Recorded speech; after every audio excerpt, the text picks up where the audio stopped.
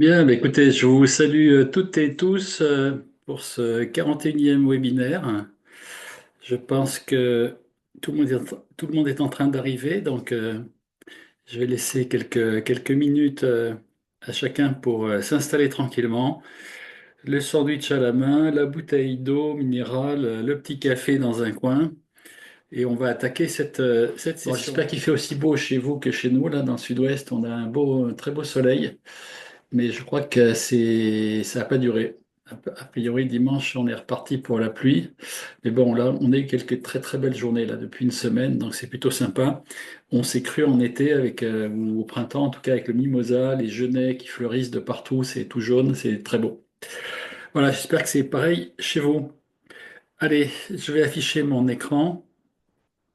Et on va attaquer cette session qui va évoquer la période fiscale. Tiens, comme c'est bizarre, mais je vais essayer de l'évoquer sous un jour qui n'est pas forcément un jour très conventionnel, puisque le plus souvent, les cabinets n'utilisent pas forcément la technique que moi j'utilise en tout cas, et je vais essayer de vous faire partager quelques idées là-dessus. Alors, je pense que vous êtes... ok, voilà, vous êtes rentré en plein écran.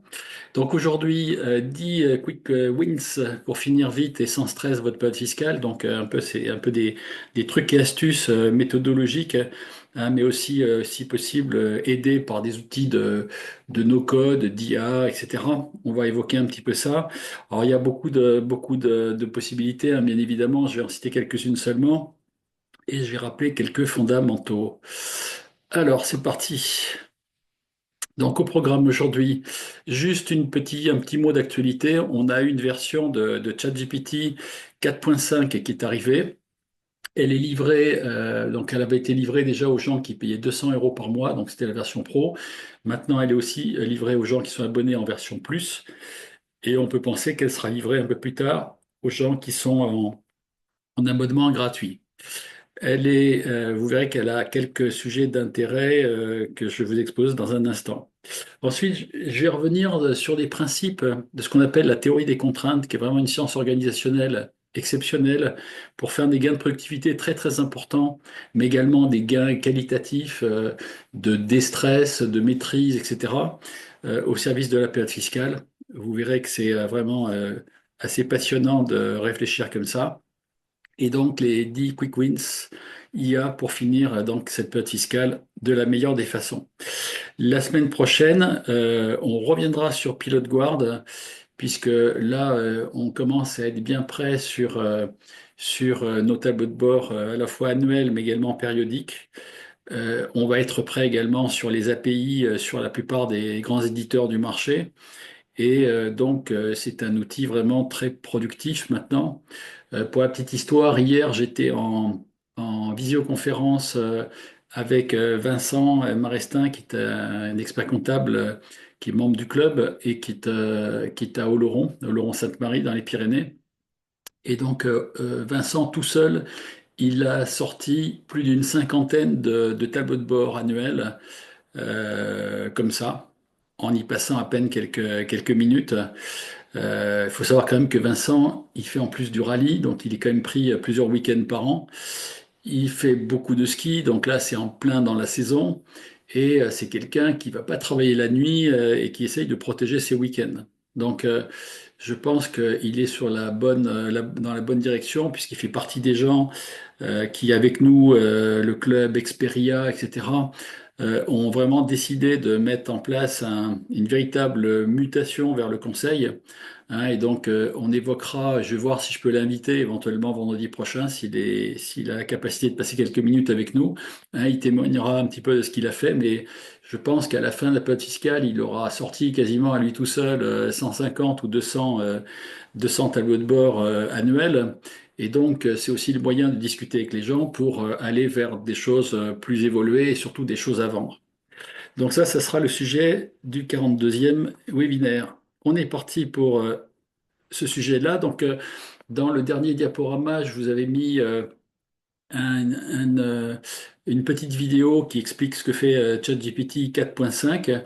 Je vous redonnerai des liens vers la page qui stocke absolument tous les replays de vidéos de nos webinaires quand ils ont été, on va dire, enregistrés, et également tous les supports diaporamas que vous voyez là à l'écran. Vous pouvez les télécharger sur cette page web. Les vidéos, vous les verrez aussi, les replays, vous les verrez aussi sur notre chaîne YouTube. Donc, vous avez pas mal d'endroits, pas mal d'accès, hein, pour les retrouver. Et puis, si vous voulez des contenus un peu plus permanents en termes de formation, vous avez aussi la plateforme d'e-learning Experia. Alors, cette version 4, en quoi elle peut nous intéresser et donc vous intéresser? Voilà ce qu'elle apporte de plus. Bon, on lui a donné une sorte de nom de baptême qui est Orion. Euh, c'est un modèle de langage qui est vraiment orienté vers une meilleure compréhension du langage naturel, on va dire, et donc une interaction qui est plus fluide, voire entre guillemets un peu plus humaine, parce qu'elle est capable d'adapter ses réponses, et donc par rapport à vos prompts, au contexte que vous lui donnez. Euh, Elle comprend mieux vos questions déjà, et donc les réponses sont plus intéressantes.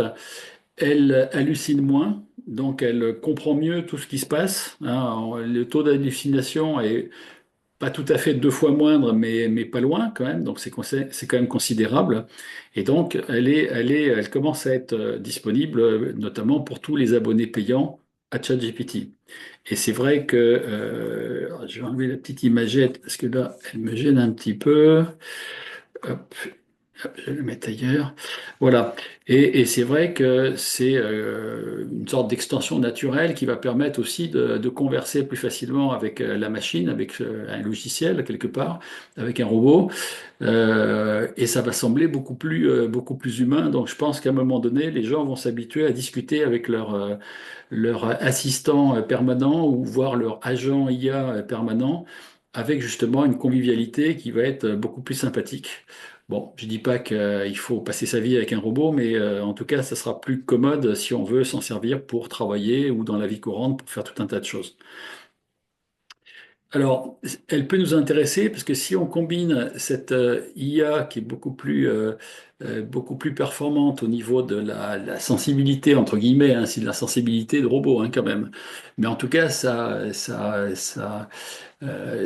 ressemble, ça fait que ça commence à ressembler à de la sensibilité humaine quelque part. Et si on combine ça avec de nouveaux outils qui sont apparus comme Sésame AI, qui permet d'avoir des voix qui sont assez exceptionnelles avec des temps de latence qui sont assez incroyables, ça va nous servir pour nos robots conversationnels. Parce que comme vous le savez, si vous avez vu des sessions antérieures, on a mis au point et on a commencé à tester là doucement notre robot conversationnel capable de téléphoner à un client et de mener une conversation pour lui demander des informations, des pièces comptables, pour lui communiquer des informations et même bientôt à suivre pour prendre des rendez-vous automatiques ou envoyer un formulaire pour capter des éléments, là encore une fois, des réponses à des questions ou des documents. Et de plus en plus, quand vous avez une voix qui commence à devenir très naturelle et surtout très expressive, pas en mode robotique comme on pouvait l'imaginer ou l'entendre dans des films de science-fiction, mais qu'on a vraiment une voix qui est vraiment très naturelle et qui a des intonations qui montent et qui descendent, je dirais, dans les graves ou les aigus, et en fonction du contexte, ça devient intéressant.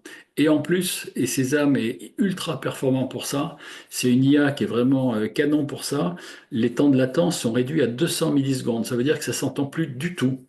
Quand on arrive déjà à 500 millisecondes de temps de réaction, entre par exemple les propos du client et la réponse du robot, à 500, ça s'entend quasiment plus. À 200, c'est complètement naturel, ça va à toute vitesse. Donc ça veut dire que là, on se croit dans une vraie conversation humaine, puisque la voix devient complètement dingue, et le temps de latence également. Donc ça, je pense que l'évolution type ChatGPT, alors est-ce que ce sera ce modèle-là ou d'autres, parce que d'autres vont avoir bientôt les mêmes propriétés, hein, tout le monde se fait la course, mais avoir aussi des temps de latence qui sont hyper réduits, là, les robots vont commencer à prendre leur place, j'en suis bien sûr dans les semaines et les mois qui viennent. Donc ça, c'était une petite information que je voulais quand même vous confier parce que moi, elle m'intéresse beaucoup et je pense qu'à terme, elle va vous intéresser également. Alors, je voulais qu'on en vienne à notre thème principal et je voulais rappeler des principes de la théorie des contraintes pour la période fiscale. La période fiscale, c'est pas le logiciel de compta magique qui va la régler. Même si dans quelques mois ou quelques années, la facture électronique arrive et vous permet d'avoir accès très facilement aux factures d'achat, de vente, etc., d'avoir un calcul de TVA quasi automatisé, enfin bon, plein de choses qui vont faire baisser les volumes de temps de la tenue, mais aussi peut-être aussi les volumes d'honoraires de la tenue. En tout cas, il y aura d'autres sujets, bien d'autres sujets à régler pour que cette période fiscale se passe bien. Donc, je pense que, il faut aussi voir les choses comme sous un angle plus méthodologique et plus managérial. Je vais essayer de vous les rappeler assez rapidement, puis on va aller vers les quick wins dont je parlais tout à l'heure. Juste une petite parole pour un consultant j'allais dire, sévi, mais sévi dans le bon sens, dans les années 80-90, qui est décédé en 2013, je crois, donc il n'y a pas très très longtemps, qui avait inventé une nouvelle science de l'organisation enfin, qu'il a baptisée la théorie des contraintes. Et en fait, il avait écrit un bouquin qui a fait un carton mondialement, hein, traduit en plus de 30 langues. Je vais vous en montrer la couverture. Voilà, ce bouquin, il s'appelle Le But. Je vous conseille vraiment de le lire. Si vraiment vous avez décidé d'améliorer votre chaîne de production, qu'elle soit comptable, sociale, juridique, audit, tout ce que vous voulez, lisez absolument ce bouquin, il est fondamental. Et en quoi il est fondamental? Bon, d'abord parce il est sympa, enfin, c'est un roman d'entreprise, hein, donc il se lit très facilement, et il décrit le sauvetage d'une usine, je sais plus de quoi d'ailleurs, qui fabrique un certain nombre de choses, et en 3 mois, quelqu'un qui découvre et applique progressivement les principes de la théorie des contraintes va sauver cette usine de la faillite. Donc ça se lit, je vous dis, comme un roman policier quasiment. Et alors quelque part, on pourrait se dire, mais c'est quoi le lien entre ce bouquin qui parle d'usine ou de production dans un autre monde et notre méthode de la chaîne critique telle qu'on l'a créée dans les cabinets d'expertise comptable? Le lien, c'est que il y a un grand principe, une grande loi qui est vraiment fondatrice de la théorie des contraintes, qui dit, voilà, dans tout système quel qu'il soit, tout système, alors moi j'ai rajouté de production, une contrainte principale ralentit la performance globale du système. Une contrainte principale, pas 3 contraintes, 5 contraintes, 10 contraintes, une contrainte. Et donc, si on lève cette contrainte, qui va se traduire par une sorte de goulot étranglement, hein, dont j'ai mis une petite photo à droite, on accélère très fortement tout le système. Et c'est ça sur lequel je veux revenir un instant. Aujourd'hui, dans un cabinet, j'ai ultra simplifié votre chaîne de production. Je dis que grosso modo, il y a le client, et puis il y a éventuellement un assistant de tenue, et puis un réviseur. On va dire le réviseur est parfois aussi assistant de tenue. Et puis on peut avoir un superviseur, chef de mission, directeur de mission, chacun a sa terminologie. Et puis l'expert comptable, d'ailleurs, qui peut jouer aussi le rôle de superviseur et expert comptable en bout de chaîne. Bon, il y a toujours au moins ces 3 postes, on va dire, dans la chaîne de production. Il peut y en avoir jusqu'à 5, voire plus. Généralement, on est à 3, 4, voire 5. Voilà. Pour moi, la personne qui est stratégique dans l'histoire, c'est la personne qui est au milieu de la chaîne, c'est ce que je vais appeler le réviseur, parce que c'est lui qui pilote tout le monde, en amont et en aval. Donc si lui déconne, pardon pour le mot, il va faire déconner tout le monde. Alors vous allez me dire, oui, oui, non, non, mais c'est le client qui déconne en général. Oui, oui, mais je vais expliquer pourquoi. Et la personne qui est en bout de chaîne, donc plutôt vous, l'expert comptable, vous êtes le goulot. Et donc vous êtes la fameuse contrainte dont je parlais en introduction de la méthode, puisque votre temps est rare et votre temps est cher. Et en période fiscale, c'est votre temps qui est le plus rare dans la chaîne de production. Et donc il faut l'économiser à tout prix. Alors simplement, je fais une petite assimilation avec ce qui se passe sur une autoroute, une rocade, ce que vous voulez, quand il se forme un bouchon, parce que c'est exactement le même principe que les bouchons que vous avez dans votre système productif et qui font, pardon, que ces bouchons vous embêtent la vie, vous empêchent de finir en avril, voire même en mars, la totalité de vos bilans 31-12. Et pourtant, il suffirait de changer votre prisme mental, changer votre organisation et évidemment celle de vos collaborateurs pour, sans forcément faire des investissements colossaux dans des nouveaux outils de production et tout ça, arriver à faire des choses assez formidables et à gagner au moins 20, 30, 40% de temps pendant 4 à 6 mois. Et pendant 4 à 6 mois, gagner 30%, c'est extrêmement important parce que là, ça vous met à l'abri de tous les aléas que vous subissez la plupart des années, hein, que ce soit des arrêts maladie, des maternités, des départs, malheureusement, enfin, bon, des choses plus ou moins graves parfois. Là, pour le coup, vous êtes immunisé. Alors, si on regarde ce qui se passe sur une rocade, une autoroute qui justifie qu'on ait un problème de bouchon, c'est pratiquement tout le temps ces 7 cas. D'accord? Maintenant, si j'assimile ces 7 cas à ce qui se passe dans le cabinet, voilà ce que je peux dire. Trop de véhicules, ça veut dire que j'ai une gestion d'appro qui n'est pas performante. Peut-être aussi que j'ai laissé traîner d'ailleurs les points en suspens trop nombreux, que j'ai pas nettoyé les dossiers pendant des mois et des mois sur pas mal de dossiers. Et le résultat, c'est qu'à un moment donné, c'est la pagaille au moment d'entrer en zone de révision et de production de bilan, ou de projet de bilan. Le réviseur, il n'a pas ce qu'il faut. Voilà. Donc là, il commence tout, il finit rien. Et donc, pour l'expert comptable, trop peu de dossiers qui sortent en début de période fiscale et il y en aura forcément beaucoup trop, au contraire, à la fin. Ça, c'est le premier cas. Ensuite, tous les dossiers avancent pas à la même vitesse. Je vais vous montrer aussi qu'on peut avoir une méthode pour les mettre dans le bon ordre, les prioriser, comme je dis, et pour que leur entrée dans le circuit de production soit logique et efficace. Et donc forcément, s'il y a des moments de mou, etc., ben, voilà, sur la route, on se permet de passer un peu plus de temps à bricoler un peu sur des dossiers qu'on a commencé, parce que comme le dossier qu'on attendait n'est pas arrivé, ou en tout cas il nous manque trop de pièces, ben là on est un peu coincé. Ensuite, rétrécissement des voies, ben, c'est logique puisque chaque mois et chaque trimestre, il y a des TVA. Donc ça peut quand même bloquer un certain nombre de jours chaque mois et encore plus sur les périodes d'après-trimestre. Donc là, on a moins de potentiel à l'instant T. On peut carrément avoir une diminution nette du nombre de voies, hein, maladie, maternité, départ, etc. Donc on a un potentiel productif moins important. Et vous savez mieux que moi qu'il est très difficile de retrouver des bras en remplacement.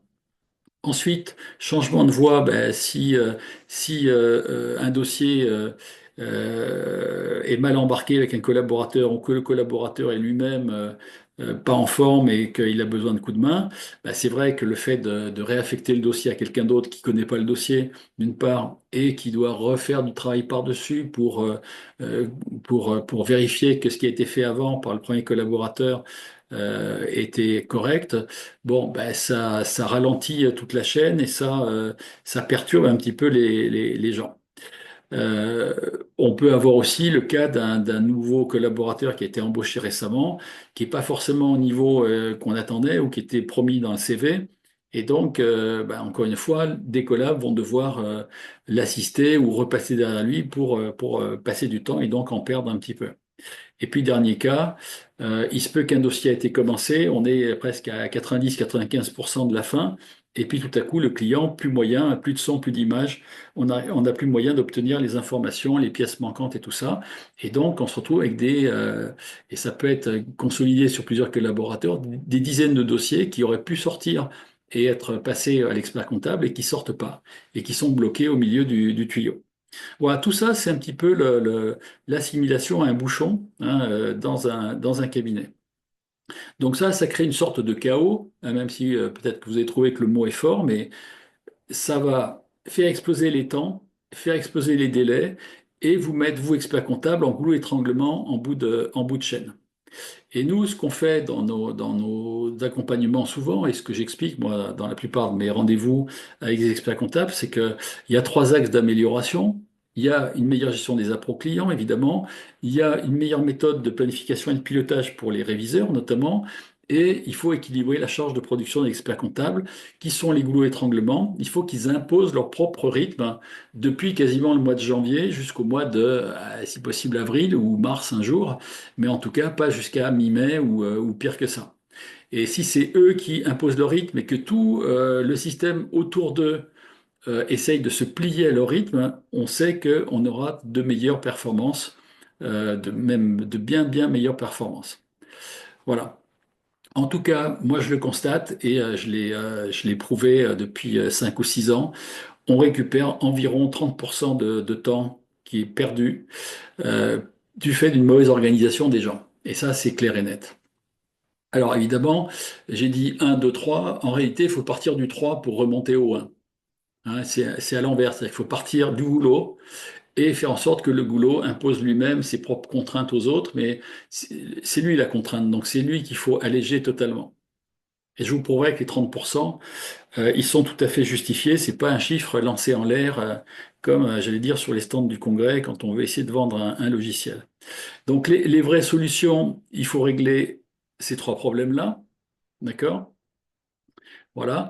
Et quand on a gagné du temps, il faut les affecter à autre chose, parce que si on les gagne et qu'on les repère, parce que les collabs se laissent un peu rouler et qu'on n'a pas une pression suffisante et tout ça, avec la loi de Parkinson, hein, et des temps non facturables qui vont se passer dans les coins ou de la surqualité qui va se passer dans les coins, le temps que vous avez gagné, vous allez le reperdre, vous ne savez pas trop où. Alors, prise de conscience aussi, c'est donc que cette ressource qui est la contrainte, il faut absolument la protéger de deux fléaux. Je l'ai un petit peu dit tout à l'heure. À un moment donné, elle n'a pas assez de travail, alors qu'elle est disponible, et à un moment donné, elle a trop de choses à faire simultanément, et là, elle ne peut plus. Voilà. Donc la contrainte qui est l'expert comptable, c'est vraiment la personne ou les personnes, s'il y a plusieurs experts comptables dans le cabinet, qui doivent être extrêmement dégagés au maximum par les autres collaborateurs du cabinet. Alors, il faut savoir une chose, c'est que le multi-dossier tue la vitesse. Et ça, c'est la deuxième idée très forte que je voulais vous confier. Donc, il y a l'histoire de la contrainte, c'est l'expert comptable. Pour la tenue toute l'année, ça sera plus l'expert comptable. La contrainte, ça sera le collaborateur qui fait peut-être la tenue et la TVA ou qui fait que les TVA, par exemple. Ben, il attend, il attend, il attend les pièces. Et puis, à un moment donné, vite, vite, il faut faire la tenue et enchaîner sur la TVA. Et on a des dates limites qu'il faut respecter. Donc, la contrainte change d'endroit. Mais sur la période fiscale, c'est vraiment l'expert comptable. Donc, le multi-dossier, il faut s'en méfier. Multi-dossier, multitâche, il faut s'en méfier. Ça veut dire, je commence un peu tout et je finis rien, hein, en traduction un peu simple. Et donc, on a une explosion des temps et des délais. Je vais vous le prouver. L'expert comptable devient goulot, et donc ça finit par je sabote un peu mes soirées, mes nuits, mes week-ends, les jours fériés du mois de mai, tout à l'avenant. Et donc, forcément, l'expert comptable rajoute une couche. Donc, le client a ajouté sa couche parce qu'il n'a pas tout donné au même moment ou il a donné en plein de fois. Le collab par-dessus, qui a mal géré, peut-être mal planifié son agenda, mal piloté sa planification et qui n'a pas eu du temps en aller-retour et tout ça, ajoute des délais. Et à la fin, c'est l'expert comptable qui se retrouve avec trop de choses qui tombent sur son bureau au même moment. Et il rajoute aussi ses délais parce que, il y a des encours qui tombent sur le bureau et qui ne peuvent pas aller jusqu'au bout. Donc là, plus tout le monde est dérape dans le début de la chaîne, plus l'expert comptable est obligé, contraint par cette organisation un peu désastreuse, de rajouter ses propres délais. Alors, je le disais, le multidossier, ça augmente les délais de remise au client final de son bilan de plus 30 au moins et jusqu'à des fois plus 50, plus 80%. Vous allez voir le truc, je vais vous l'expliquer. Et ce mauvais équilibre dans la chaîne de production fait que bah, si tout le monde roule pas à peu près à la même vitesse, c'est comme sur une autoroute. À un moment donné, on essaye de faire rouler tout le monde à 50 ou à 70, en tout cas en dessous de la vitesse qui est autorisée d'habitude, parce que si on réduit la vitesse de tout le monde et que tout le monde se met dans le même flux, on n'a pas de bouchon. Si à un moment donné, sur une rocade, il y a des gens qui roulent à 70, d'autres à 90, d'autres à 110, d'autres à 150, à un moment donné, vous êtes sûr qu'il y aura un bouchon, parce qu'il y a des gens qui vont arriver très vite, ils vont freiner très fort, et les gens qui sont derrière les gens qui freinent très fort vont freiner aussi, et c'est une réaction en chaîne qui se produit, et là tout le monde ralentit à un moment donné. C'est exactement le même principe. Et donc, ce que je voulais vous montrer, c'est vous prouver les effets dévastateurs du multitâche. On n'a pas conscience, tant qu'on n'a pas vu cette petite démo que je vais vous faire, on n'a pas conscience que la perte de temps est au minimum de 30%, mais souvent encore beaucoup plus sur certains dossiers. Je vais simplement comparer deux modes de fonctionnement. Un mode de fonctionnement en multitâche, un mode de fonctionnement en monotâche. Et vous allez voir que le multitâche, c'est vraiment un gros problème. Contrairement à ce que croient souvent les collaborateurs qui disent, ben voilà, j'attaque un dossier, ben, je peux plus avancer, donc je le pose, j'envoie un email au client, je verrai bien quand il me répondra, et puis j'attaque un deuxième, et puis je fais pareil, j'envoie un mail, et puis j'attaque un troisième, et au bout d'un moment, il y en a plein ouverts, et là, ça y est, on est dans le jus, c'est fini. Donc, le mot tâche, traduisez-le par projet, par dossier si vous voulez, et je vais essayer de vous expliquer par des exemples très arithmétiques, hein, très simples à comprendre, ce qui peut se passer. On va dire qu'il y a trois tâches, on va dire trois dossiers ABC, qui chacun prennent 3 jours de révision, pour prendre cet exemple-là. Donc en monotâche, à supposer qu'on fasse les dossiers les uns après les autres, le dossier A, on le fait en 3 jours, on finit. À partir du jour 4, on remet 3 jours pour le dossier B, et ainsi de suite jusqu'au dossier C. Même topo. D'accord? Ça, c'est le truc idéal qu'on aimerait exclusivement faire. Le résultat, c'est quoi? Si on raisonne en délai moyen, hein, pour les trois dossiers. Donc A, c'est terminé le jour 3. B, c'est terminé le jour 6. C, c'est terminé le jour 9. Si on fait la moyenne arithmétique des trois, on arrive à 6 jours de moyenne. OK, 6 jours, très bien. Maintenant, je vais faire la même chose en multitâche. Et donc, il se passe quoi? Je commence A, je ne peux pas aller jusqu'au bout, je pose, je prends B, pareil, je prends C. Bon, pour l'instant, on s'arrête à trois dossiers. Je reviens sur A parce que A m'a envoyé enfin, le dirigeant de A ou la secrétaire de A m'a envoyé des pièces, mais pas tout. Et donc, je refais un bout et je reviens sur B et je repars sur C et ainsi de suite. On va supposer que je le fais 3 fois de suite comme ça. On va supposer que je perds pas de temps dans le changement de dossier, ce qui n'est pas la réalité et on le verra après. Et à la sortie, je regarde quand même un petit phénomène qui s'est passé là. En réalité, qu'est-ce qui se passe? Si je prends A, A c'est terminé en jour 7 et plus en jour 3, B c'est terminé en jour 8 et plus en 6, et C c'est terminé en 9, comme tout à l'heure, à supposer qu'il n'y ait pas eu de dérapage et de temps de setup. Si on fait simplement une moyenne arithmétique des trois, on est passé à 8 jours au lieu de 6 jours. Donc on a fait augmenter le délai moyen de restitution sur l'ensemble de mes trois clients, hein, je suis un très petit cabinet, trois clients, je l'ai augmenté de 33%. 33% uniquement sur trois dossiers. Vous voyez le problème arriver. Maintenant, on va jouer, aller un peu plus loin. On va augmenter le nombre de tâches simultanées, hein. On va augmenter le temps nécessaire par tâche, donc aussi le risque de segmentation du travail. Et vous allez voir que plus on va faire ça, plus le délai va exploser. Donc je vais prendre maintenant 4 tâches et je vais prendre 4 jours pour les 4 tâches. En monotâche, comme tout à l'heure, je fais tout A en 4 jours, tout B en 4 jours, et ainsi de suite. Voilà, je fais ma moyenne. Ça fait 10 en moyenne. OK? Maintenant, je repars en multitâche, pardon. Et donc là, eh ben, il va m'arriver la même chose que tout à l'heure. Et là, qu'est-ce qui se passe? Je suis passé de 10 à 14,5. J'ai augmenté mon délai moyen de livraison de mes bilans de 45%. J'étais à 33% tout à l'heure. 45% simplement avec une tâche de plus ou un dossier de plus, disons, et éventuellement des dossiers un peu plus lourds parce que j'ai un peu plus segmenté le truc. Vous voyez le truc là? On continue. Alors, si je vais à 15 tâches, parce qu'un collaborateur, souvent, ça a une trentaine de dossiers en moyenne, c'est à peu près ce qu'on voit, hein, généralement. Donc, multitâcher ou multi-dossiers avec 10-15 dossiers en même temps, c'est pas rare du tout, hein. C'est ce que font pratiquement tous les collaborateurs. Et donc, ça va être de pire en pire là.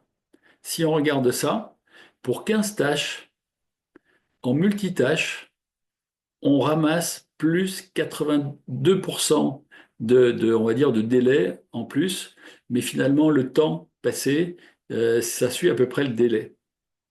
Hein, c'est pas tout à fait la même chose. Le délai, c'est la livraison, un temps moyen pour livrer les bilans. Le temps passé, c'est une autre notion, mais quelque part, les deux sont strictement corrélés. 82%. Donc, déjà, ça veut dire aussi que quand le délai moyen augmente, les temps explosent de la même façon. C'est mécanique le truc. Et donc, si par contre on tente de réduire tout ça, on va voir que les temps vont fondre tranquillement et sans stress.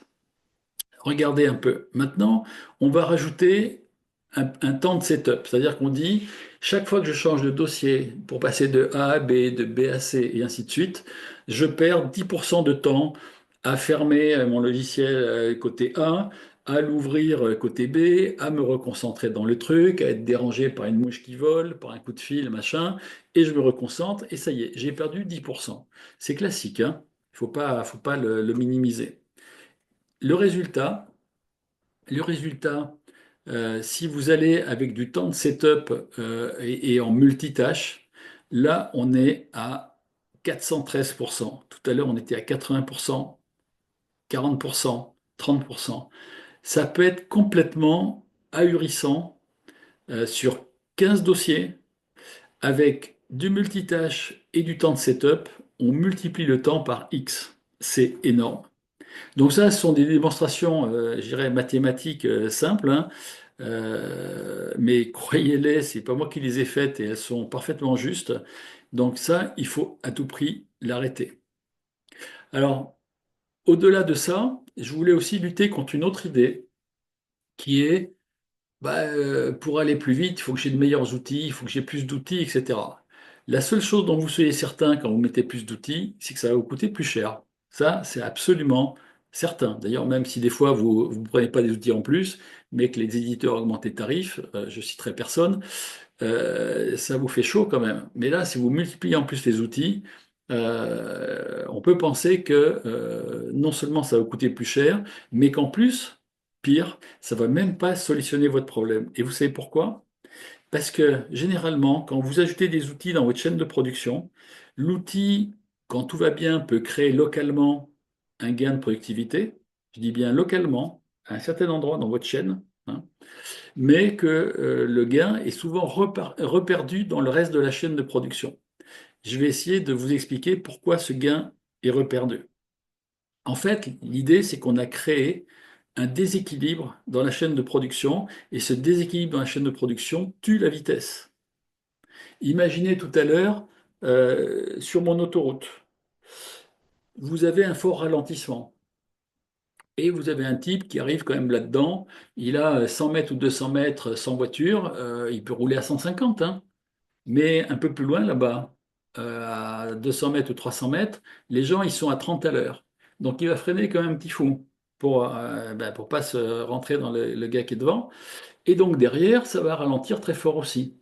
Et ce ralentissement va se répercuter sur tous les gens qui sont derrière.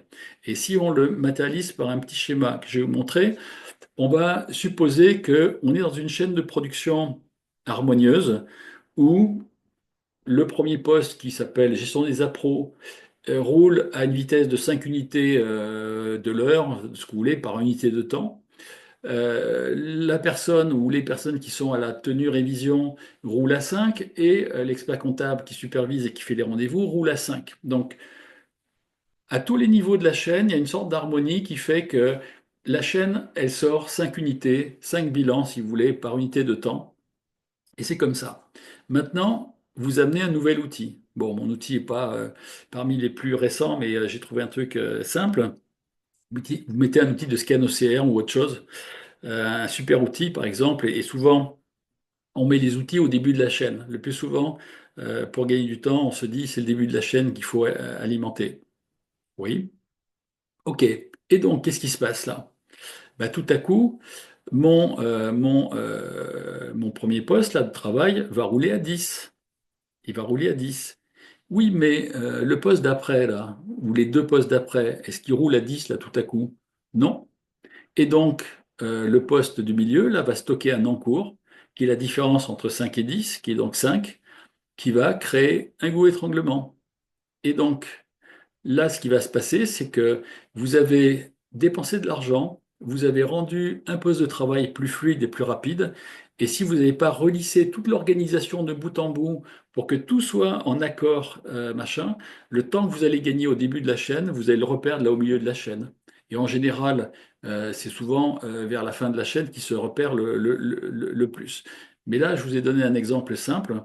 Il faut que votre chaîne de production, elle soit tout le temps équilibrée. Et je vous l'ai dit, il faut que le bout de la chaîne qui se trouve là où est l'expert comptable, qui est la personne rare et chère, il faut surtout que celle-ci, elle soit totalement optimisée et débarrassée de tout ce qui la pollue, tout ce qui pourrait être confié à d'autres personnes, il faut le confier à d'autres personnes. Voilà. Donc ça, déjà, c'est quelque chose d'extrêmement important qu'il faut que vous compreniez, parce qu'à partir de là, quand vous avez compris cette logique-là, à un moment donné, vous êtes indestructible parce que vous allez avoir une chaîne de production optimisée, harmonieuse, et je vais vous montrer un petit peu comment on peut surveiller ce genre de chaîne de production avec la logique de la théorie des contraintes, éventuellement de l'IA ou pas d'IA ou du no-code ou d'autres choses comme ça, ou de la RPA, mais je vais vous illustrer maintenant tout ça. Je vais prendre une dizaine d'exemples, hein, une dizaine de dispositifs à base d'IA ou à base d'outils ou de méthodes. Voilà, j'ai parlé par exemple de l'accélération de la récupération des pièces auprès des clients. Bon, on pourrait imaginer si on avait, si on montait un peu d'IA, mettre en place une sorte de chatbot ou un assistant virtuel, voire un agent IA, qui serait capable d'automatiser les relances, de donner une sorte de canal de communication, d'échange entre le client et le cabinet, et donc l'assistant de tenue ou le réviseur pour récupérer les pièces, et éventuellement de relancer. Hein, si on constate qu'il y a eu des montants qui ont été débités sur le compte en banque et qu'on n'a pas les factures correspondantes, ben, l'IA va être capable de détecter ça automatiquement et de faire une relance auprès du client pour qu'il vous donne les informations manquantes. Donc, on peut faire des choses. Alors, il y a des outils qui font ça automatiquement, hein. Moi, j'avais inventé un outil qui s'appelle Turbo Money, donc dans la gamme Iloa, hein, qui existe toujours et qui est aujourd'hui commercialisé par la société Iloa, qui est basée à Lyon. On était capable de mettre en place sur des dossiers clients des missions formatées avec une gestion d'obligation complète. Et pour chaque obligation, il y avait éventuellement l'envoi d'une alerte automatique au client pour lui rappeler qu'il devait faire ça ou ça, etc., selon tout un calendrier de dates avec une relance, deux relances, etc., trois relances. Maintenant, si vous n'avez pas un outil spécifique, vous allez soit dans Outlook, soit dans Google Agenda, hein, et vous allez fabriquer des sortes d'événements récurrents, hein, qui vont envoyer des rappels aux clients à certaines dates. Donc ça, c'est juste un petit montage, un petit paramétrage à faire dans Outlook ou dans Google Agenda ou dans un autre outil pour que vous puissiez envoyer ce genre de relance ou de demande par anticipation des éléments tous les mois, tous les trimestres, tous les ans, etc., de façon à ce que le client ne vous oublie pas. Et puis qu'il ait peut-être aussi un canal pour vous donner l'information plus facilement. Donc ça peut être ça. Et ça peut être aussi évidemment notre robot, je vais y revenir dans un instant, qui va peut-être relancer le client par téléphone, hein, parce que là encore, j'ai coaché les collaborateurs hier. Dans la plupart des cas, tous les collaborateurs ou collaboratrices qui étaient très efficaces, qui ont bien avancé leur bilan, ils ont quand même une liste de dossiers qui sont tankés, on va dire, coincés dans un Kanban, dans une colonne en attente, qui est juste la colonne avant la terminaison du dossier, hein, le passage soit au chef de mission, soit à l'expert comptable lui-même. Et donc le problème, c'est que le dossier, il est quasiment fini, mais il n'est pas fini. Et donc l'expert comptable, il l'a pas. Et donc il attend. Et donc le résultat, c'est que le temps qui est perdu là, il se retrouvera à la fin. Et il va être, à la fin, il va être plus difficile à avaler que maintenant. Et encore plus qu'en janvier ou en février. Donc ces robots, l'avantage, c'est que comme ils téléphonent et qui parle, entre guillemets, au client, le client se sent un peu plus obligé de s'engager sur des délais, sur une promesse, sur quelque chose. Et je vous dis, quand on aura une voix qui sera parfaite, des temps de latence qui sont réduits à presque zéro, en tout cas qui s'entendront plus du tout, et que les clients vont se laisser un peu prendre par le truc, ils croiront vraiment qu'ils ont un collaborateur en face d'eux. Et donc, ils vont être un peu plus dans l'engagement et dans la tenue de leurs promesses. L'email, bah, les gens, ils peuvent faire mine de ne pas l'avoir lu, de ne pas l'avoir vu, il est tombé dans les spams, je sais pas, oui, je l'ai peut-être vu, mais j'ai oublié. Enfin, bon, bref, toutes les excuses qui font qu'on n'a pas les informations et qu'on rame en période fiscale. D'accord? Donc ça, déjà, on peut régler les choses assez facilement ici. Ensuite, il y a l'analyse des checklists pré-bilan, c'est-à-dire qu'on pourrait imaginer que la checklist est envoyée au client, le client retourne les informations et qu'on demande à l'IA de comparer ce qu'il y avait dans la checklist et ce qu'on a récupéré comme information ou comme pièces qui ont pu être stockées dans un répertoire, par exemple. Et donc, on peut imaginer que l'IA puisse faire des choses comme ça. Alors, c'est vrai que mettre de l'IA ici, alors qu'on a des outils du marché qui vont très bien pour faire ce genre de job. Hein. Pour ceux qui connaissent ou qui ne connaissent pas, vous avez Syndemos, vous avez Secha, peut-être d'autres choses qui sont chez les grands éditeurs. Et puis à nouveau, s'il faut relancer à nouveau le client une deuxième ou une xème fois, bah, le robot, il est jamais fatigué. Hein. Donc, il va être capable de rappeler une xème fois en disant, Paul, vous m'avez promis de m'envoyer les pièces la semaine dernière, jeudi, et puis là, on est le vendredi d'après et on n'a toujours rien, quoi. Donc, il faut y aller. Je pense que cette pression, ce entre guillemets harcèlement, les collaborateurs ne veulent plus le faire, de moins en moins. En tout cas, les jeunes collaborateurs refusent de plus en plus de téléphoner. Bon, c'est plus dans leur gène, hein, je l'ai dit à plusieurs reprises.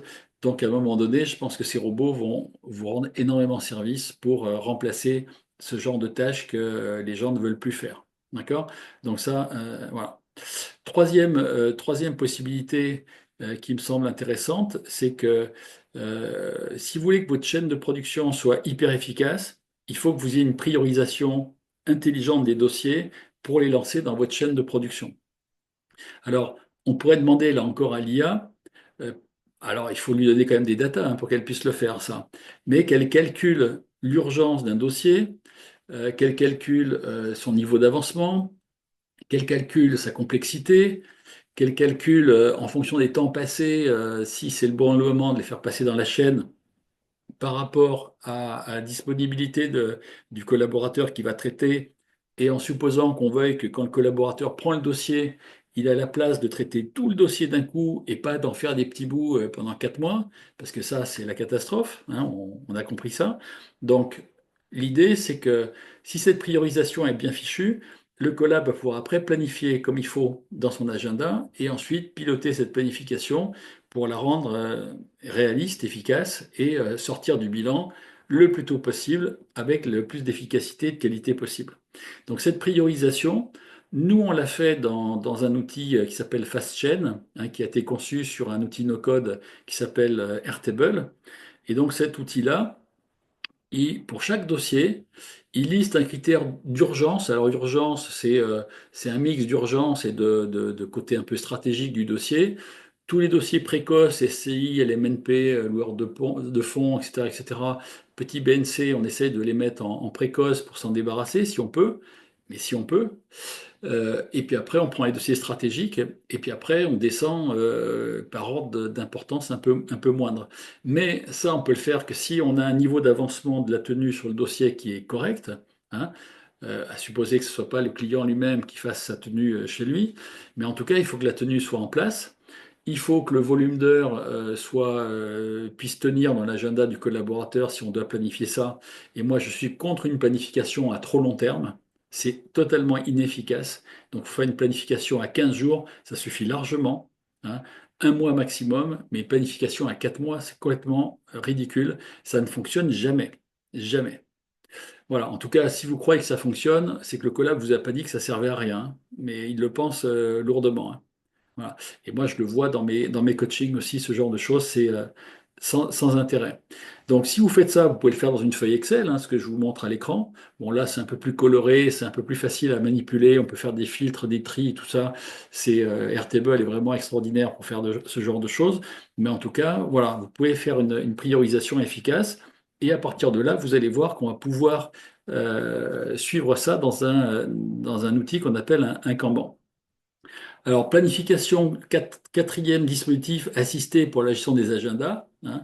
À un moment donné, moi personnellement, je demande aux collaborateurs de gérer des blocs de travail de 2 heures maximum, 1 heure et demie, 2 heures maximum, hein, ce qu'on appelle des sprints, pendant lesquels le collaborateur est complètement focus sur ce qu'il fait, pas de téléphone, pas d'email, pas de smartphone, pas de dérangement de clients, pas de dérangement de l'expert comptable, pas de dérangement des collègues.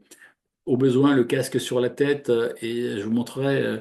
Moi, je mets une petite peluche sur le bureau pour que les gens voient qu'il ne faut pas déranger la personne. Donc, on le met dans un mode, dans le flow, comme on dit, c'est-à-dire que dans un flux de concentration totale. Et quand un collaborateur en période fiscale fait environ trois flux comme ça, 3 sprints de 2 heures en étant hyper efficace, pour dire que la fin de la journée, il a très, très, très bien travaillé. Et après, évidemment, entre les blocs de 2 heures, on met des petites plages d'1 demi-heure pour que les gens puissent déjà se détendre, hein, aller marcher, aller boire quelque chose, etc., aller aux toilettes, fumer une cigarette s'ils veulent, etc. Mais aussi peut-être relancer un ou deux coups de fil urgents, gérer quelques mails qui traînent, etc., pour que le soir, tout soit propre, le boulot ait bien été fait et que les gens soient satisfaits de leur journée. Et ça, mentalement, c'est extrêmement intéressant. Donc voilà, un agenda, ça va ressembler un peu à ça. Vous avez des blocs de tâches. Là, par exemple, on est cette semaine. Là, j'ai des blocs de tâches du 3 au 6 qui ont été checkés, donc planifiés et checkés comme terminés par le ou la collaboratrice. Et il me restait les blocs de tâches d'aujourd'hui, puisque là, mon agenda est un vrai agenda avec des vrais temps et des vrais clients, on va dire. Et là, à la sortie, ça vous donne voilà, les blocs qui sont fabriqués par la personne. Donc on voit qu'elle fait plusieurs blocs, des fois parfois jusqu'à 4 blocs par jour, qu'elle peut réduire ou augmenter, mais vraiment grosse efficacité. Et là, ça fonctionne vraiment très bien. Et là, je peux vous dire que quand tout ce temps-là qui est en couleur est du temps productif et que tout passe en vert progressivement, les semaines sont extrêmement efficaces. Ça, vous pouvez le faire dans Outlook, vous pouvez le faire dans Google Agenda, vous pouvez le faire même dans une feuille Excel au pire.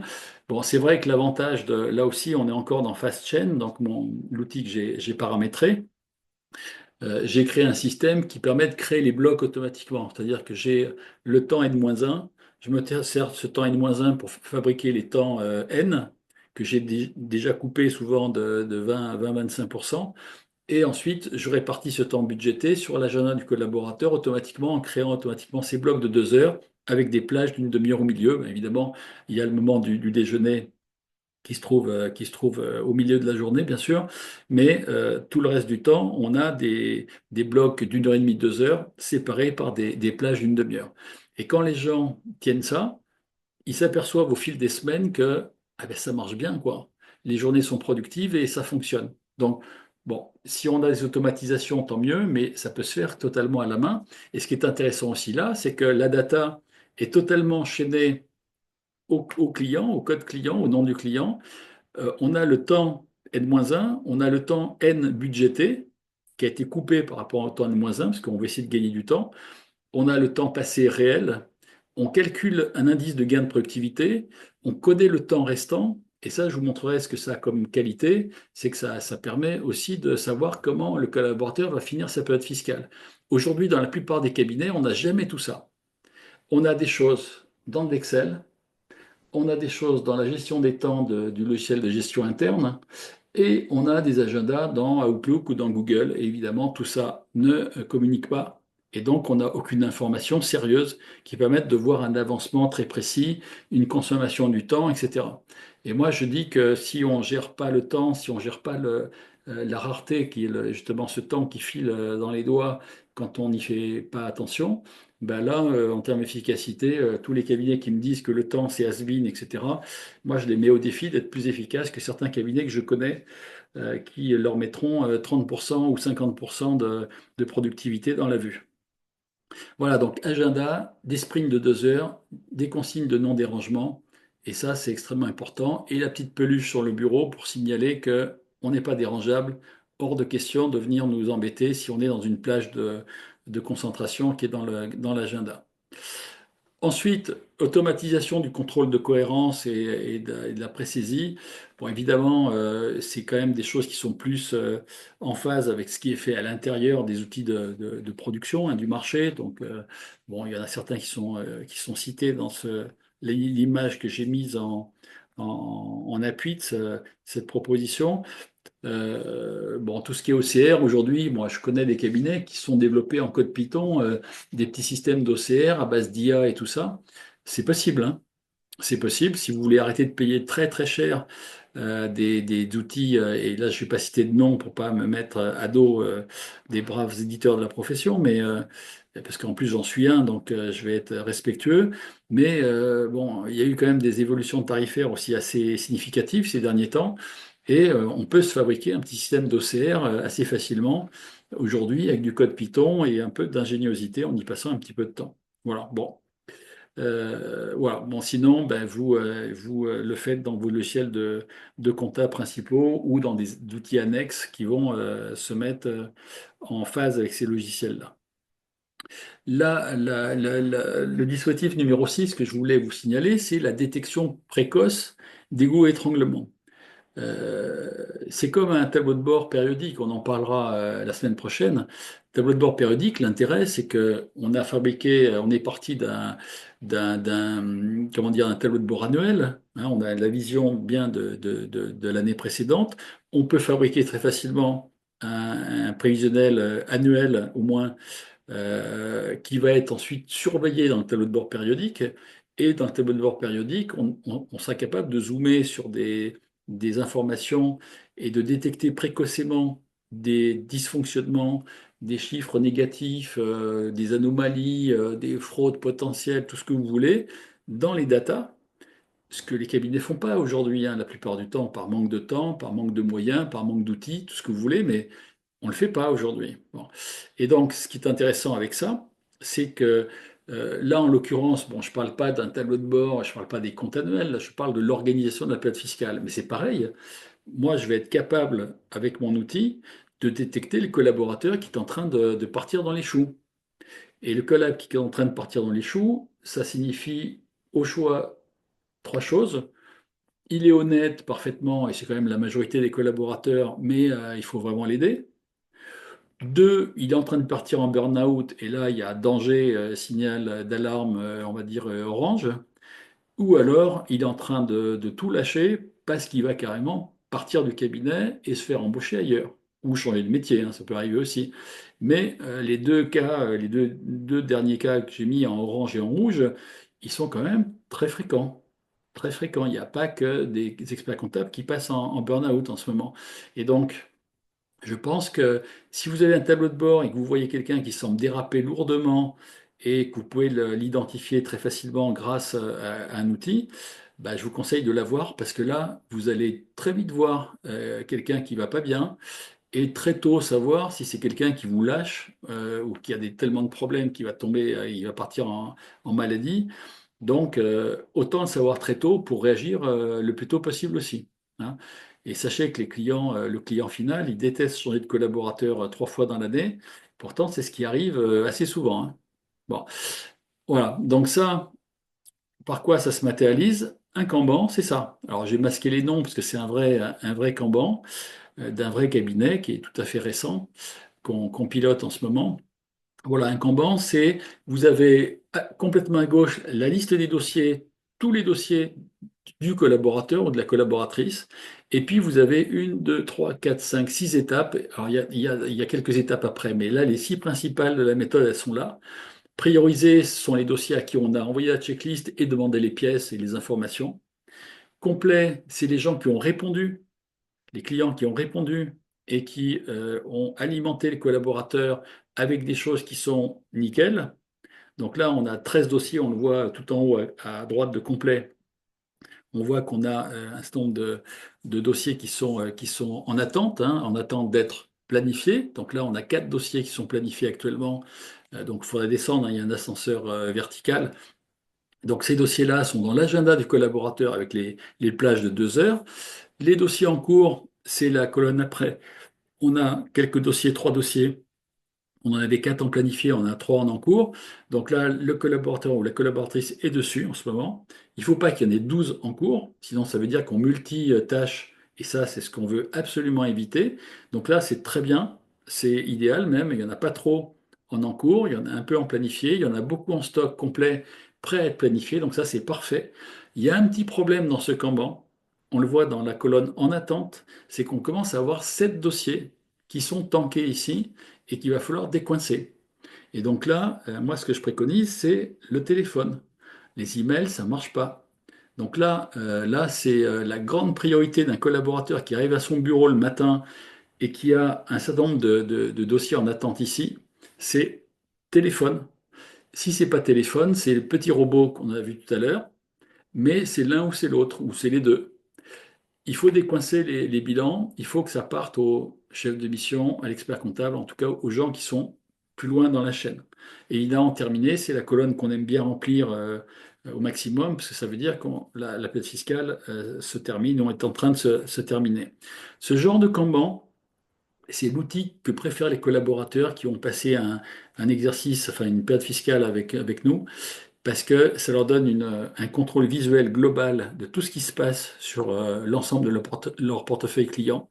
Ça leur permet d'équilibrer leur avancement, de comprendre qu'il faut toujours que dans la chaîne de production, il y a un équilibre pour qu'il n'y ait jamais de rupture. C'est-à-dire que si là, tout à coup, j'ai plus de dossier du tout en complet et que j'ai plus grand-chose en planification ou en cours, ben, je vais avoir un moment, je vais avoir un trou d'air. Donc je vous dis, l'équilibre de ce Kanban est très bien jusqu'à la colonne en cours. Il y a un défaut sur la colonne en attente, c'est que je commence à avoir trop de dossiers qui stagnent ici. Il faut me les faire sortir. C'est même la priorité numéro un dans ce Kanban, c'est de me faire sortir ces 7 dossiers-là pour qu'ils partent au chef de mission ou à l'expert comptable. Et puis après, tout le reste, c'est nickel. Là, c'est un Kanban qui se passe vraiment bien. L'avantage de ce Kanban-là aussi, c'est que ben, le collab, il voit son portefeuille, mais l'expert comptable, il peut voir s'il a 5, 6, 7, 8, 10, 15 collaborateurs. Il pourrait même avoir une vision complète, cumulée, consolidée de tous ces collabs, hein, pour voir un petit peu ce qui se passe sur chacun d'entre eux et donner des consignes, etc. Si lui ne le fait pas, il faut qu'il y ait quelqu'un d'autre qui manage le collab. Ce système-là, il mixe un outil, une méthode et surtout un management. Encore une fois, ne croyez pas que parce que vous avez l'outil, le problème est réglé. Il faut l'outil, la méthode. Donc c'est très explicite. Chaque passage d'un dossier dans une colonne différente obéit à certaines règles extrêmement strictes, hein. On a des mods-op qui sont faits pour ça. C'est extrêmement strict, je dirais presque scientifique. D'accord? C'est pas au petit bonheur la chance qu'on passe un dossier d'une colonne à l'autre en sautant quatre et tout ça. Non, non. Le dossier, il passe dans toutes les colonnes et il avance comme il faut. Et là, quand on a une vision comme ça, on sait exactement où on en est. L'avantage aussi pour l'expert comptable, c'est que généralement, quand il regarde des dossiers ou des tableaux Excel, comme on lui en fait le plus souvent, c'est qu'il sait qu'un dossier, ben, il n'y a pas le bilan, on est à zéro.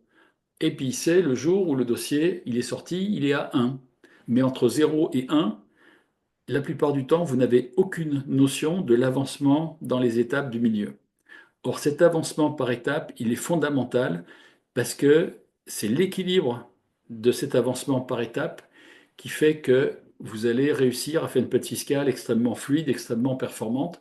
Et si vous n'avez pas les étapes du milieu, ça veut dire que vous n'avez aucune visibilité. Vous avez une vision binaire comme on en a depuis 50 ans dans la profession, à savoir c'est à faire, c'est fait. Mais au milieu, vous ne savez pas ce qui se passe. Donc vous faites des réunions, voilà, vous essayez de motiver les gens, etc. Et ça ne fonctionne pas, quoi. Ça ne fonctionne pas. Voilà, donc c'est vraiment une maîtrise visuelle de l'avancement. Ensuite, aide à la communication écrite standardisée. Bah, évidemment, bon, je ne vais pas trop insister là-dessus. Il est clair que quand vous avez des emails à faire, de relance, etc., vous servir des capacités de l'IA, hein, de l'IA générative, pour écrire des emails plus sympathiques, plus empathiques, plus motivants, plus enthousiastes, etc., et les envoyer aux clients, que ce soit des emails, des SMS, des courriers, etc., l'IA va vous aider, hein, parce que le côté un peu littéraire est pas l'ADN habituel des gens dans les cabinets comptables, évidemment. Donc, faites-vous aider par ChatGPT ou par d'autres LLM, hein. Il y a Claude qui est très bon là-dedans, il y a Perplexity qui est bien, il y a Mistral qui est bien, enfin, il y en a beaucoup. Mais faites-vous aider par ça, parce que franchement, ça va rendre vos documents plus empathiques. Servez-vous de techniques de communication ou de techniques d'influence. Hein, je ne saurais trop vous recommander le bouquin de Robert Cialdini qui expose les 6 ou 7 principes d'influence pour mieux faire bouger les gens qui sont autour de vous, dans le professionnel ou dans le personnel, vers les objectifs que vous avez, hein. Alors il s'agit d'influence, pas de manipulation non plus, hein, mais influence positive, on va dire. Franchement, avec les outils de génération de texte que vous avez aujourd'hui, vous citez Robert Cialdini. Cialdini, c'est qui Cialdini, hein. Alors, c'est un truc qui date des années, je sais pas, 80-90, hein, c'est assez vieux, mais bon, on n'a pas fait mieux depuis. Il y a vraiment il y a tout ce qui fait qu'on peut faire un document, donc message de toutes sortes, courrier, etc., SMS, beaucoup plus performant que si on avait envoyé un truc un peu neutre, un peu froid, comme on le fait le plus souvent dans les cabinets. Donc là, ben voilà, vous avez donc ChatGPT. Alors si on prend la version 4.5 dont j'ai parlé, vous voyez, elle apparaît maintenant dans la liste des modèles, hein, quand vous rentrez dans la version 4O et que vous êtes en version plus, donc abonné à 20 dollars par mois, je pense. Maintenant, vous avez en pré-version, là depuis ce matin ou hier, la version 4.5. En tout cas, ils sont en train de la déployer sur les gens qui sont abonnés aussi en version plus. Et vous pouvez vous créer une bibliothèque d'emails clients que vous pourriez partager entre vous, hein, et a fortiori, si vous êtes dans une version team de ChatGPT, vous pouvez partager des choses dans une bibliothèque, et cette bibliothèque, vous pouvez la mettre en projet, hein, puisque dans les projets, vous pouvez stocker un contexte, vous pouvez stocker des prompts, beaucoup de prompts, vous pouvez stocker des documents, et puis le mode projet, c'est la question, c'est le mode projet, c'est on veut que dans le cabinet, tous les emails soient plus professionnels, plus sympathiques, mieux écrits, sans faute d'orthographe, etc., etc. Donc le projet, c'est on écrit mieux aux clients et on est plus efficace grâce à ça. Voilà. Donc utilisez le mode projet, stockez une bibliothèque d'emails là-dedans. C'est pas la peine d'aller dans Notion, Excel, Airtable, machin, etc. Vous faites ça dans ChatGPT, vous les stockez tous ici, vous les partagez et ça sera très efficace. Voilà, donc ça c'est mon petit conseil très simple à réaliser que tout le monde peut faire avec un abonnement plus, ou voire même un abonnement gratuit, mais il n'y aura pas la version 4.5 qui amène ce côté un peu empathique, un peu communicant qu'on n'avait pas forcément dans les versions précédentes. Voilà, donc là, la version 4.5, la bibliothèque en mode projet. Alors, le point numéro 8, le dispositif IA ou pas IA d'ailleurs numéro 8, hein, c'est tout ce qui est suivi, coaching individualisé des collaborateurs. On pourrait imaginer aussi que l'assistant virtuel que vous allez mettre en place puisse envoyer des informations, des indicateurs, des petits conseils, etc. aux collaborateurs en fonction des choses. Ça peut renforcer votre propre coaching, hein. Ça peut être voilà, une petite aide en ligne qui se déclenche automatiquement avec un déclencheur. Je vais vous montrer à quoi ça pourrait ressembler. Ça peut être intéressant, hein, pour aider un petit peu les gens. Alors, dans notre outil, nous, on a mis en place, par exemple, hein, c'est l'un des exemples de tableaux dont on dispose et dont dispose l'expert comptable, par étape. Donc, prioriser, complet, planifié, en cours, en attente, etc. Puis après, il y a encore des choses jusqu'à l'envoi, la télé, enfin, la télétransmission, de l'alias, etc. Par collaborateur, en colonne, alors j'ai caché les prénoms, on a le nombre de dossiers qui sont donc dans la colonne qui n'est pas encore rentrée dans la chaîne de production, qui est marquée empty, donc vide. Après, le nombre de dossiers en priorisé, le nombre de dossiers en planifié, etc. Et d'un coup d'œil, l'expert comptable peut se rendre compte que, par exemple, il y a une personne qui a 6 dossiers qui sont coincés en attente. Et là, on va dire, tiens, dis-moi, qu'est-ce qui se passe là? Pourquoi il y a ces 6 dossiers-là? D'accord? Donc là, on se rend compte qu'il y a, si je regarde que ces collaborateurs-là, parce qu'il y en a peut-être d'autres en réalité, il y en a 13 qui pourraient être sur la table de l'expert comptable aujourd'hui, qui ne le sont pas. Et si on envoie juste un petit email mollement une fois tous les 15 jours quand on y pense, ah ben, le travail va s'accumuler jusqu'au bout, là. Et là, c'est la catastrophe qui est en train d'arriver. Donc, trop de dossiers en cours d'une part, trop de dossiers en attente d'autre part. Et là, c'est la bérésina, quoi. Et en plus, je vois certains collaborateurs là actuellement qui n'ont pas de dossier en complet. Donc ça veut dire qu'ils ont quelques dossiers quand même en planifié, parfois trop d'ailleurs, hein. 21 dossiers en planifié, pour moi c'est beaucoup trop parce que ça veut dire que c'est ingérable le truc. C'est 21 dossiers. Si on compte que le dossier moyen, ça va être peut-être, je sais pas, 8 heures de révision ou peut-être même moins. Ça fait au moins 100 heures, 150 heures de révision. Planifier, ça veut dire plus d'un mois de planification. On ne le tiendra pas le mois de planification. Il y aura des impondérables au milieu.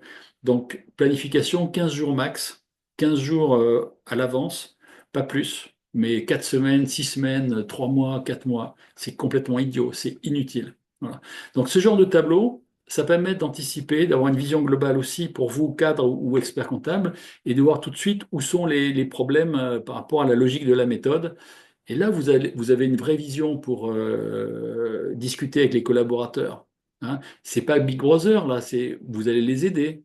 Vous allez dire à telle personne, écoute, là, je pense que tu as trop de dossiers en attente. Maintenant, concentre-toi sur le rappel des clients et sur la récupération des éléments manquants pour me faire sortir ces 6 bilans qui sont quasi terminés, que je ne peux pas avoir sur mon bureau. C'est pas normal, ça. Donc, si tout le monde commence à avoir 5 dossiers, 7 dossiers, 10 dossiers, 15 dossiers en attente, c'est la cata annoncée pour l'expert comptable en bout de chaîne. La cata annoncée. Il va se retrouver au mois de mai à la ramasse, voilà, à bosser nuit et jour, etc. Voilà, donc ça c'était le point 8 que je voulais souligner. Maintenant, point 9, on peut imaginer aussi que l'IA ou un outil no-code comme ce que j'utilise moi soit capable de déclencher, en fonction de certaines datas, des alertes. Ça peut être un email, ça peut être un SMS, ça peut être autre chose éventuellement. Des alertes, ça peut être une notification qui apparaisse en bas de l'écran, mais en tout cas qui puisse déclencher une alerte plus ou moins automatiquement en fonction du changement d'état d'un dossier. Je vais vous montrer un exemple. Voilà, dans Airtable, ce qu'on a mis aussi, donc FastChain, on a dit voilà, quand une entrée d'une data correspond à une certaine condition, alors on envoie un email. Et voilà un exemple tout bête, ou en tout cas des exemples tout bêtes. On en a mis 3 dans ce cabinet-là. On a une alerte ODM, donc directeur de mission, quand le collaborateur comptable, le réviseur, a mis un dossier en terminé.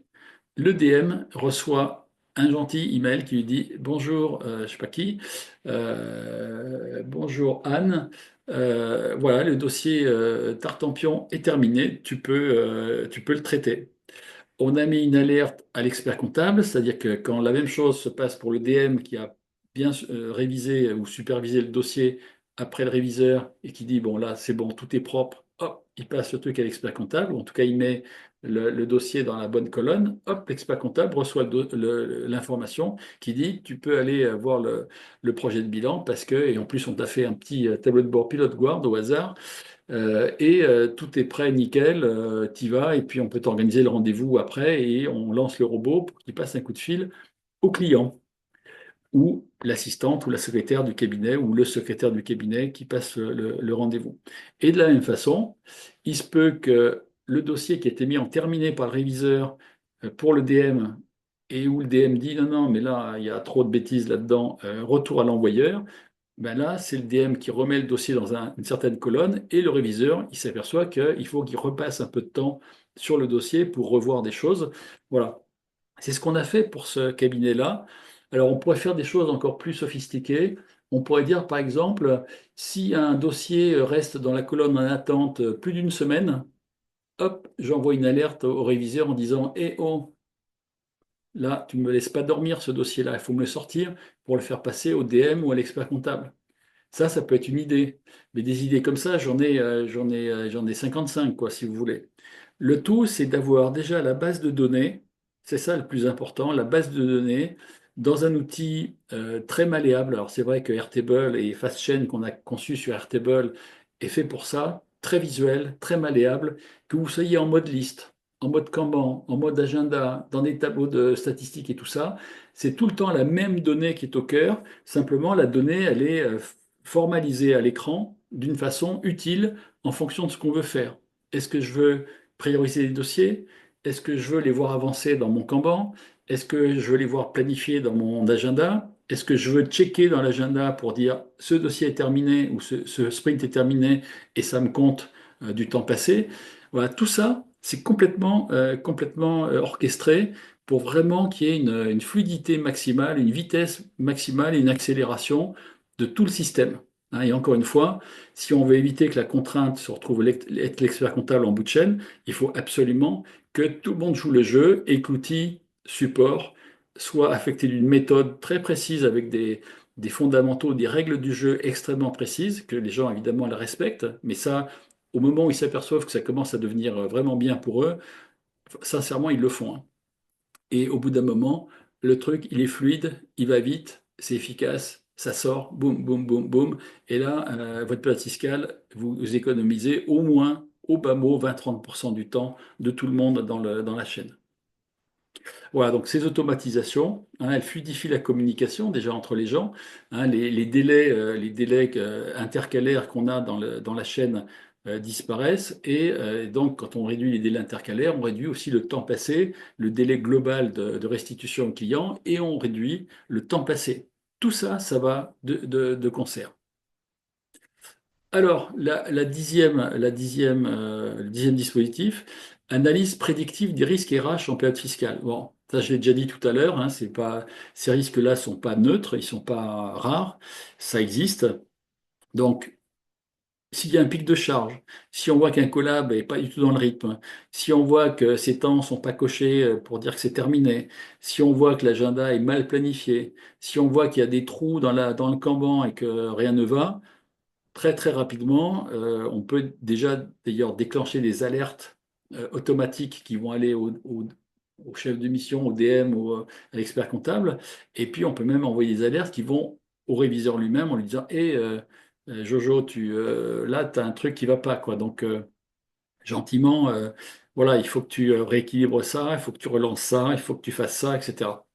Donc là, ça pourrait éviter aussi à un moment donné que si ce collab, on le laisse filer et qu'on s'aperçoit qu'au mois d'avril, qu'il est dans les choux, ben, on va éviter des réaffectations en catastrophe au dernier moment qui vont pénaliser tous les gens qui ont presque terminé et qui se retrouvent tout à coup à récupérer 3 dossiers, 5 dossiers en se disant merde, j'aurais mieux fait d'aller moins vite sur mes dossiers parce que du coup, je me reprends le truc sur le dos, quoi. Bon, je sais bien qu'il y a quand même une solidarité, une collectivité dans le cabinet qui fait que bon, les gens s'entraident hein, quand même, mais bon, faut pas trop exagérer avec les gens qui font du bon boulot. Donc nous, voilà, on a dans FastChain, on a ce genre de tableau. Et dans ce tableau, donc, on a les temps N-1 qui ont été passés sur la révision du dossier. Hein, c'est vraiment des temps de révision que j'ai ici.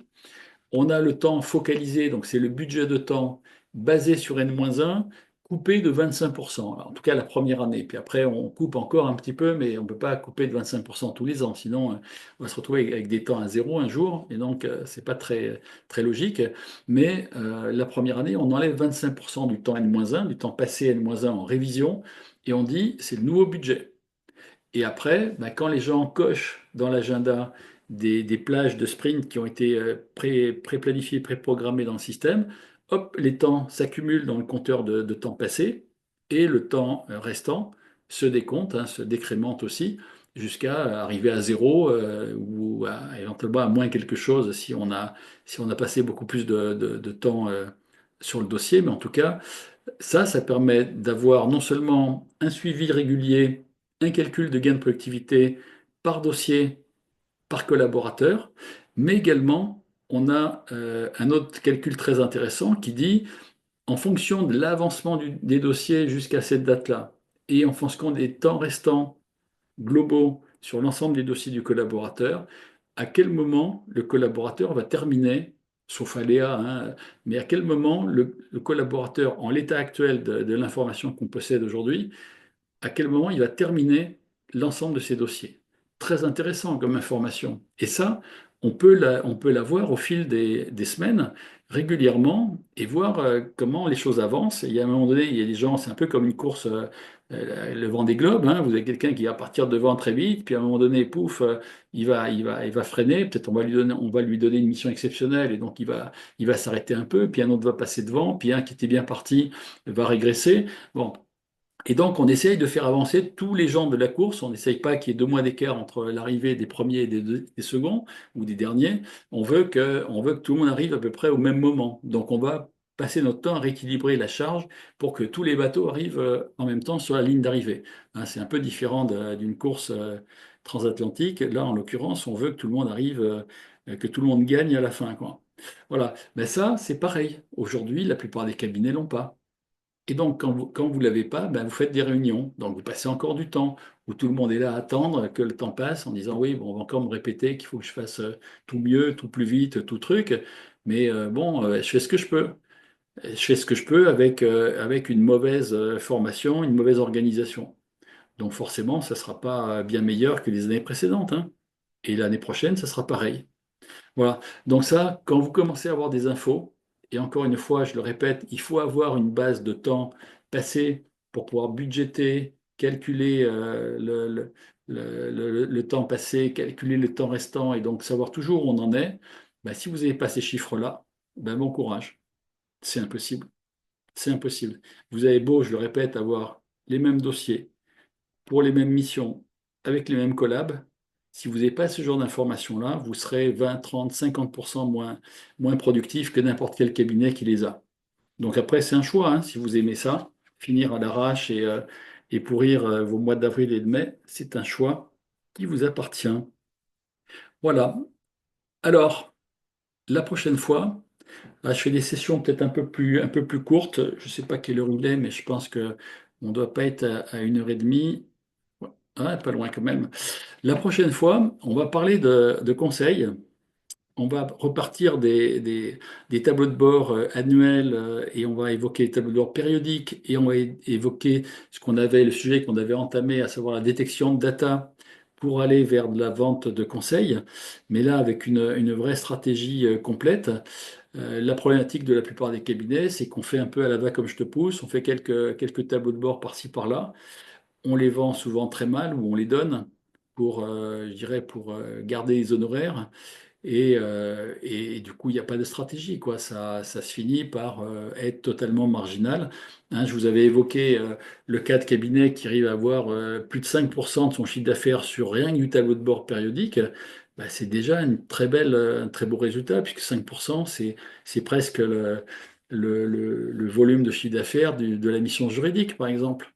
Donc là, on rajoute l'équivalent d'une mission nouvelle dans le cabinet et on peut le faire assez vite. Hein, je vous dis, si je peux avoir avec moi l'ami Vincent Marestin, qui déjà vous montrera qu'il a pu à lui tout seul faire plus de 50 tableaux de bord annuels, comme je vous les montrerai, ben, vous allez voir que c'est quand même assez sympa. Sachez aussi qu'il y a fort à parier, je pense, je vais m'engager un peu là, je vais me jeter à l'eau même, que je pourrais vous présenter très probablement les connexions API vers la plupart des éditeurs du marché, puisque on est en train de finir notre connexion aux données, aux data de la plupart des éditeurs via la plateforme Shift. Et donc, c'est bon pour normalement pour ACD, c'est bon pour Sage, pour Income, pour Penny Lane, pour MyUnisoft, pour Cegid Loop, qui j'oublie, pour Time. Agiris non, il ne donne pas d'API à ma connaissance, donc on fera autrement. Quadra, c'est pas loin d'arriver, donc on devrait l'avoir peut-être dans 15 jours ou un mois. Donc c'est quand même important parce que Quadra, il y a quand même du monde encore sur le marché qui a un outil Quadra. Donc bon, on va dire que progressivement, là, sous peu, on aura une bonne dizaine, je pense, d'éditeurs qui seront captés dans Pilot Guard pour vous permettre de fabriquer un tableau de bord, un chouette tableau de bord complètement automatisé, hein, avec commentaires faits par l'IA, modifiables à votre convenance, hein, bien évidemment. Et donc, tableau de bord annuel, tableau de bord périodique, et à suivre, tableau de bord prédictif. On va aller vers donc, des robots de détection de data problématiques, on va dire, pour les clients. Et ça va vous rendre indestructible face à vos clients, de pouvoir leur montrer que vous êtes capable de détecter au bout d'un mois, 2 mois, 3 mois, un dysfonctionnement dans son entreprise, un problème à venir, des choses comme ça. Le tableau de bord qui est juste, j'envoie des chiffres et je me couvre un peu et je balance le truc au client et puis il se débrouille avec, c'est une catastrophe. Ça, c'était ce qu'on faisait il y a 30 ans, c'était ce qu'on faisait il y a 20 ans, c'était ce qu'on faisait il y a 10 ans. C'est ce que font encore beaucoup de cabinets aujourd'hui, à savoir qu'ils envoient le truc et puis le client, bah, débrouille-toi à lire que des chiffres. Mais non, c'est plus le jeu, ça. Le jeu, c'est pas ça. Le jeu, c'est de faire un tableau de bord, de l'envoyer avant un rendez-vous au client complètement commenté, avec les points clés qui doivent ressortir. Et là, vous commencez à faire du boulot pour commencer à prévoir votre futur chiffre d'affaires conseil. Mais si vous envoyez un truc vite fait, presse-bouton, sans commentaire, sans rendez-vous, sans accompagnement, sans projet par rapport à la data pour le client, vous avez tout faux. Tout faux. Voilà. Donc là, vraiment, l'IA va permettre de faire des choses extraordinaires, hein. Extraordinaire comme un jour de soleil à Brest, hein, puisque là on a une belle photo du port de Brest. Et je sais qu'il y a un cabinet comptable qui est un peu plus loin à droite que je connais bien. Ben oui, il fait quand même soleil en Bretagne, quoi qu'en disent les mauvaises langues. Et, voilà, en tout cas, ces tableaux de bord, si vous mettez une photo sur la page de couverture au fond qui est votre portrait, un joli logo, des jolies couleurs et des commentaires tip-top et de la détection de data, c'est tout ce que vous allez avoir dans Pilot Guard. Rappelez-vous qu'il y a un an, pour ceux qui nous suivaient déjà il y a un an, on est parti de zéro, zéro, zéro, zéro. Alors un an, peut-être un peu plus d'un an, peut-être je dirais 14 mois maintenant, mais on est parti de zéro, on savait rien faire. On avait l'idée de faire un truc automatisé, mais il n'y avait rien. Là, au bout de 14 mois, on va dire, on a un très beau produit, très fonctionnel. Et je vous dis, voilà, des gens comme Vincent Marestin, ils ont sorti à eux tout seuls, mais sans aide, aucun collaborateur, rien. 50 tableaux de bord. Je pense qu'il va en sortir un gros paquet d'ici la fin de la période fiscale. Et là, ça y est, il a posé les bases des futurs tableaux de bord périodiques et d'un futur chiffre d'affaires conseil exceptionnel. Donc, je vous invite à ça dans une semaine. Je vous souhaite un très bon week-end. Pour les amateurs de rugby, on a un bon match demain après-midi. J'espère qu'on va le gagner. Et puis, ben voilà, et passez une bonne journée. Et je vous dis à dans une semaine. Allez, bye bye. Au revoir.